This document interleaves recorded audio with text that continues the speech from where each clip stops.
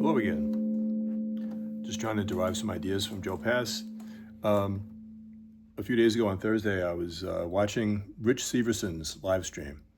If you like jazz guitar, chord melody guitar, jazz improvisation, if you're looking to buy a good jazz guitar, check out Rich Severson's live stream.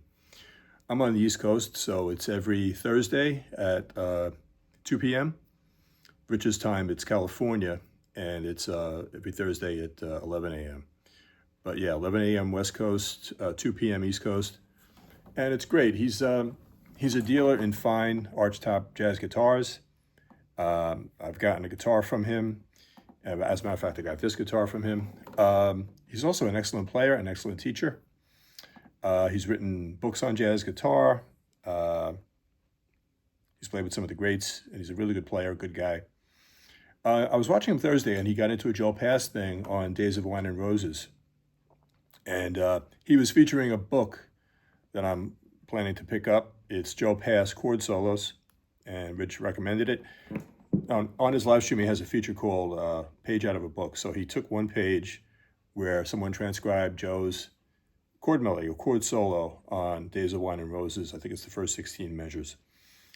So he said, yeah, this book doesn't have any tab. It's all standard notation. But he kind of walked you through it. I'm going to link to that video below along with the time code for when he actually starts that lesson, because the live stream is about 2 hours long. I'll give you the time code, and you could check out his lesson, see him play it, hear his explanations.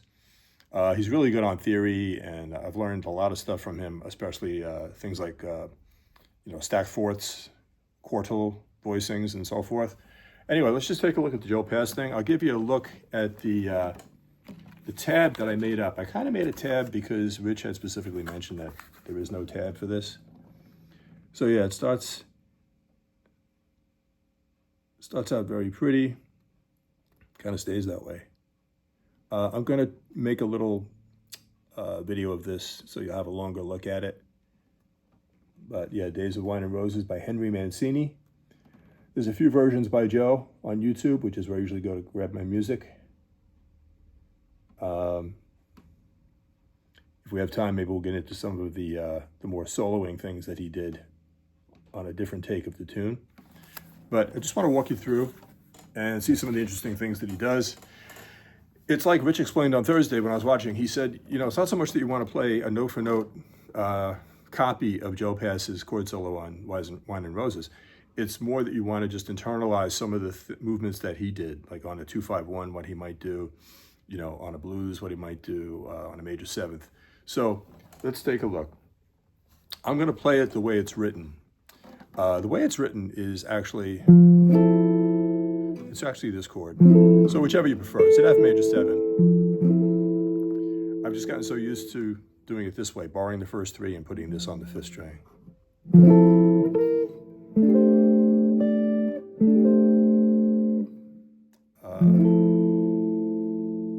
So what we're doing is we're playing the F major 7. He leaves out this note, basically, the 3rd down here. Okay, and it's F major 7 to a B flat note to F6-9, D, back to the 6-9, back to the F major 7, and then it's this, which is a voicing I'm totally unfamiliar with, especially since the underlying chord is E flat 7. B flat minor 11. This is a voicing I did not know for E flat 13. Okay. At E flat 13, as I said, I'll put a video of this tab transcription. That's an E flat 13 right there. Yeah, so one more time from the top. Try not to be too repetitive.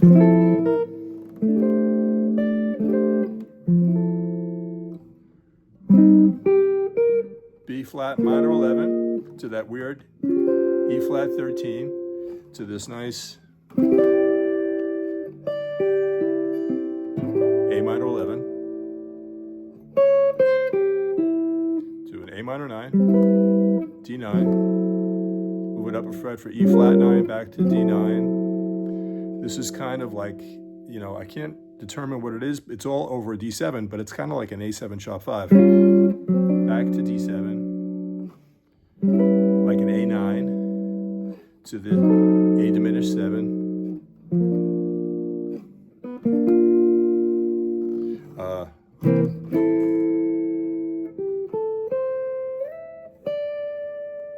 If you could try to hear the tune, if I knew the tune, that'd be great.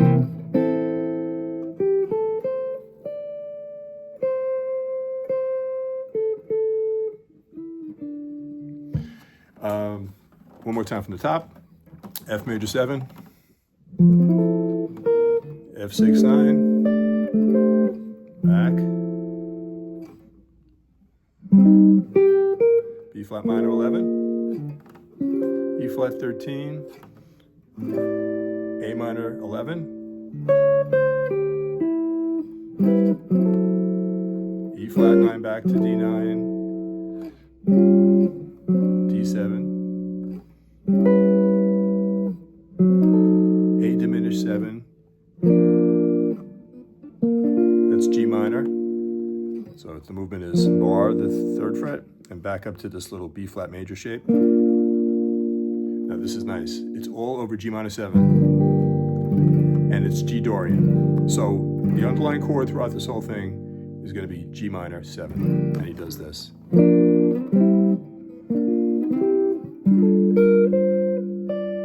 Now we change to B flat minor 7.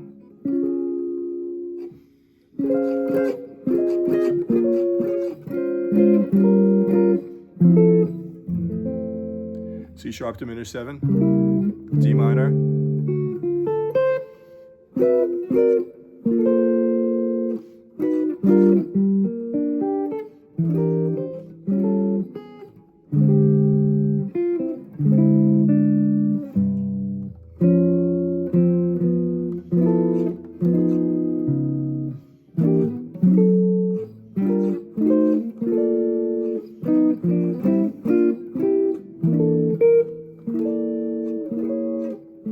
so it's really pretty. And as Rich pointed out, you'll see on the video, you can use this as an intro.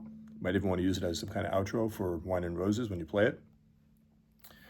But yeah, if you take a look, very faintly in green, I tried to write down the original chords for the tune. So F to the E flat 7, etc., etc. Very pale green in the background. Yeah, so if we just take a look at a couple of the specific things that he does, I always find it instructive to play anything that Joe played. I'm going to cruise through again and pick out some things. F major 7, 6 9. Of course, this was a totally new voicing for me, as was this.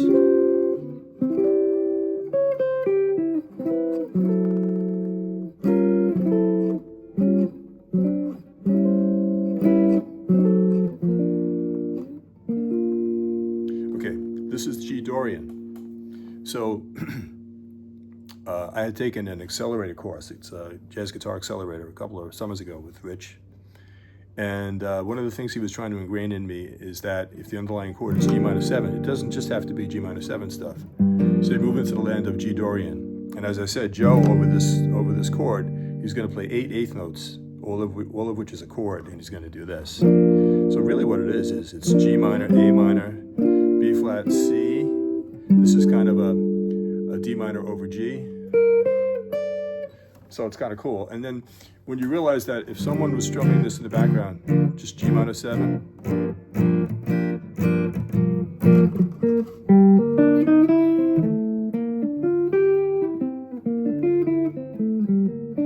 That's what I try to take away from it too, is that anything you can do with chords, you can do with single notes. So again, if you've got your rhythm player on G minor 7,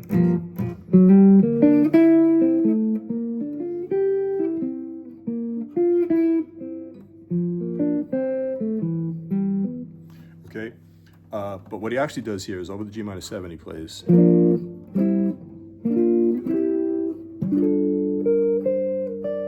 to B flat minor 7 here.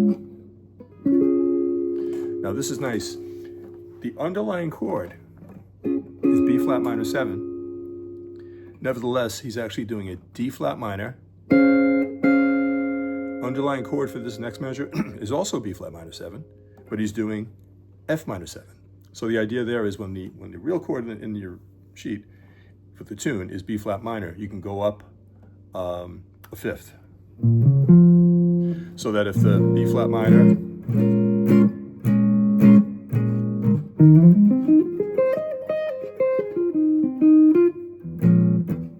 the underlying chord's B flat minor, I'm playing F minor.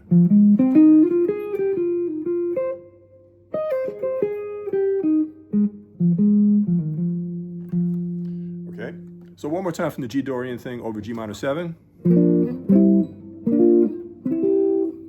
This is our weird D minor over G to B flat minor 7. Now, even though the underlying chord is B flat minor, he's doing D flat minor, F minor,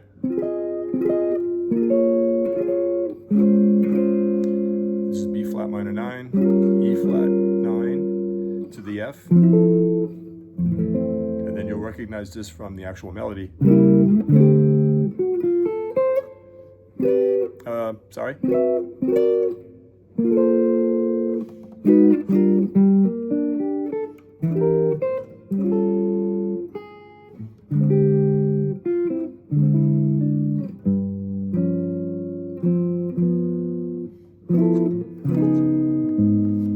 Now here, what's interesting is, in this next measure, measure 15 of the tune, the chord is G minor 7. Here's what Joe does. The underlying chord is G minor 7, and he plays C9, A diminished 7, G minor 7, C diminished 7, G minor 9. Then he's got a little chromatic thing going from A flat minor down again to the G Dorian. He likes this.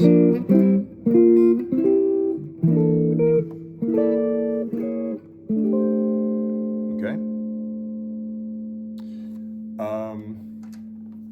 One more time. Try not to talk.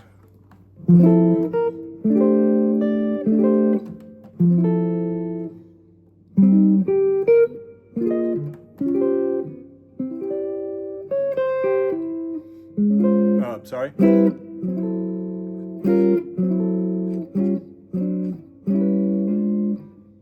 Try that again.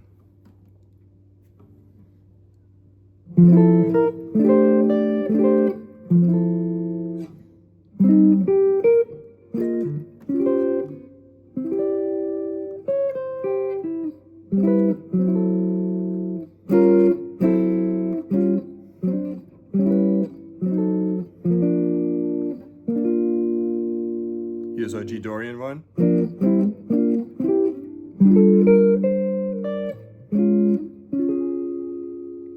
Here's where over B flat minor for the tune, he's playing D flat minor, F minor, B flat minor 9, E flat 9, resolving to F major 7,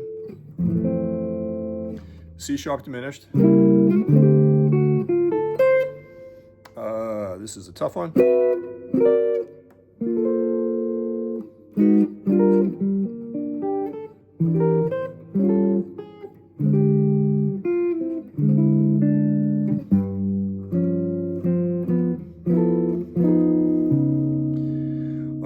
chord again here is G minor 7. Joe's doing C minor 9, A diminished, G minor 7, C diminished, G minor 9, chromatically going from A flat minor down to G minor Dorian. This is a nice voicing of E minor 7 flat 5. C13, C7 sharp 5 flat 9, landing on F6 9. We'll just take a quick look. Just kind of picked this up this morning. Some of the single note stuff he does.